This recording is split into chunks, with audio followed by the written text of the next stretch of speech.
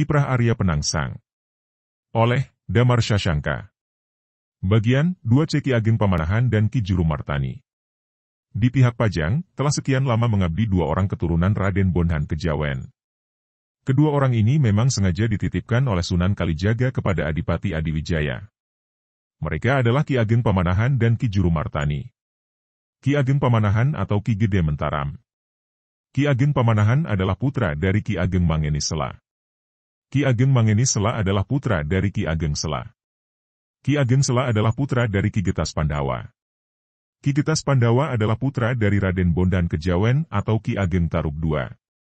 Dan Raden Bondan Kejawen adalah putra selir Prabu Brawijaya V dengan Dewi Wandan Kuning atau Dewi Bondrit Cemara, putri yang berasal dari daerah Wandan atau Banda Nira sekarang.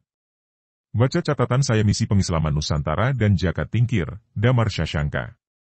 Sedangkan Ki Juru Martani adalah putra dari adik Ki Ageng Sela. Ki Ageng Sela memiliki 7 orang adik perempuan. Dan salah satunya menurunkan Ki Juru Martani. Usia Ki Juru Martani dengan Ki Ageng Pamanahan tidaklah terpaut terlalu jauh. Walaupun begitu, Ki Ageng Pamanahan tetap harus memanggil paman kepada Ki Juru Martani. Karena bagaimanapun juga, Ki Juru Martani adalah adik keponakan dari Ki Ageng Mangeni Sela, ayah Ki Ageng Pamanahan. Kedua keturunan Raden Bondan Kejawen ini telah lama berguru kepada Sunan Kalijaga. Dan manakala Jakat Tingkir telah berhasil menjabat sebagai Adipati Pajang dengan gelar Adipati Adiwijaya, maka atas permintaan Ki Ageng Sela, Sunan Kalijaga diminta menitipkan kedua orang ini kepada Jakat Tingkir. Mendapati Terah Tarub dititipkan oleh Sunan Kalijaga guna mengabdi di Pajang, Jakat Tingkir pun tak mampu menolaknya. Keduanya pun diterima sebagai pemimpin Kesatuan Prajurit Pengawal Adipati yang kedudukannya berada di bawah Lurah Prajurit Pengawal langsung. Kecakapan Ki Ageng Pamanahan membuat Jakat Tingkir atau Adipati Adiwijaya merasa tidak salah telah mempercayainya sebagai salah satu pemimpin prajurit pengawal. Ditambah kepintaran Ki Juru Martani dalam hal siasat politik maupun militer, membuat Adipati Adiwijaya akhirnya mengangkat Ki Ageng Pamanahan sebagai Lurah Prajurit Pengawal Adipati dan Ki Juru Martani sebagai wakilnya.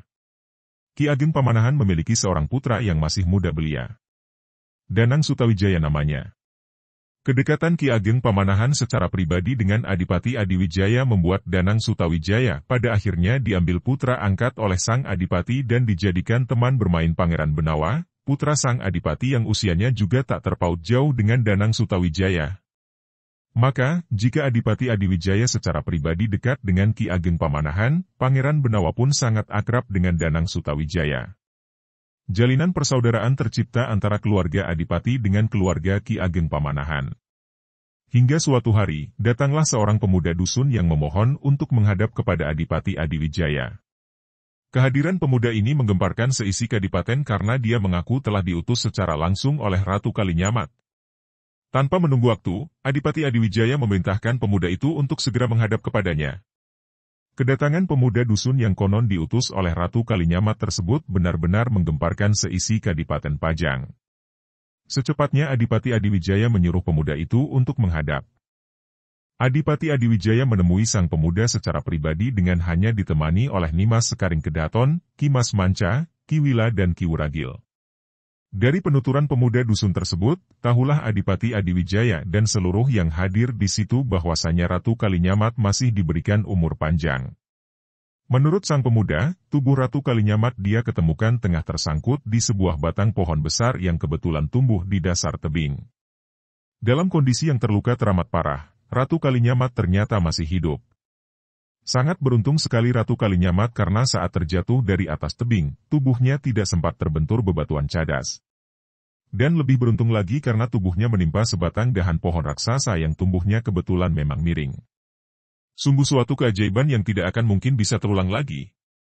Sang pemuda yang kebetulan tengah mencari madu hutan, tanpa sengaja mendapati sosok tubuh seorang wanita yang penuh luka dan darah di sana-sini tengah tersangkut di sebuah batang pohon. Menitik dari pakaian yang dikenakan, jelas sosok ini bukan dari kalangan rakyat biasa. Mendapati sosok itu masih hidup dan tengah sekarat, segera saja sang pemuda melupakan tujuannya semula yang hendak mencari madu ke hutan. Dia segera membopong tubuh tersebut dan membawanya pulang ke desa. Bekel atau kepala desa yang mendapat laporan tentang penemuan sesosok tubuh wanita dari sang pemuda, segera datang ke rumah sang pemuda untuk melihatnya sendiri. Sang bekel kaget melihat pakaian kebesaran Demak Bintara melekat pada tubuh wanita yang terluka parah tersebut. Segera saja sang bekel memerintahkan ahli pengobatan yang tinggal di desa tersebut untuk segera memberikan pertolongan secepatnya. Beberapa tulang yang cedera dikembalikan lagi posisinya. Dalam pengobatan Jawa dikenal dengan ilmu sangkal putung, yaitu ilmu pengobatan khusus tulang yang mampu mengembalikan posisi cedera tulang akibat benturan keras. Sampai sekarang masyarakat Jawa yang tengah mengalami cedera akibat kecelakaan, masih banyak yang meminta bantuan ahli sangkal putung. Dan pada kenyataannya, memang sangat mujarab. Banyak penderita yang tertolong walaupun tidak harus mendatangi rumah sakit, damar Shashanka. Luka-luka luar maupun luka-luka dalam, perlahan dengan pasti berangsur-angsur sembuh berkat ramuan yang diracik dari berbagai tanaman. Dan 1 minggu kemudian, sosok wanita yang tak lain adalah Ratu Kalinyamat tersebut, baru bisa diajak bicara.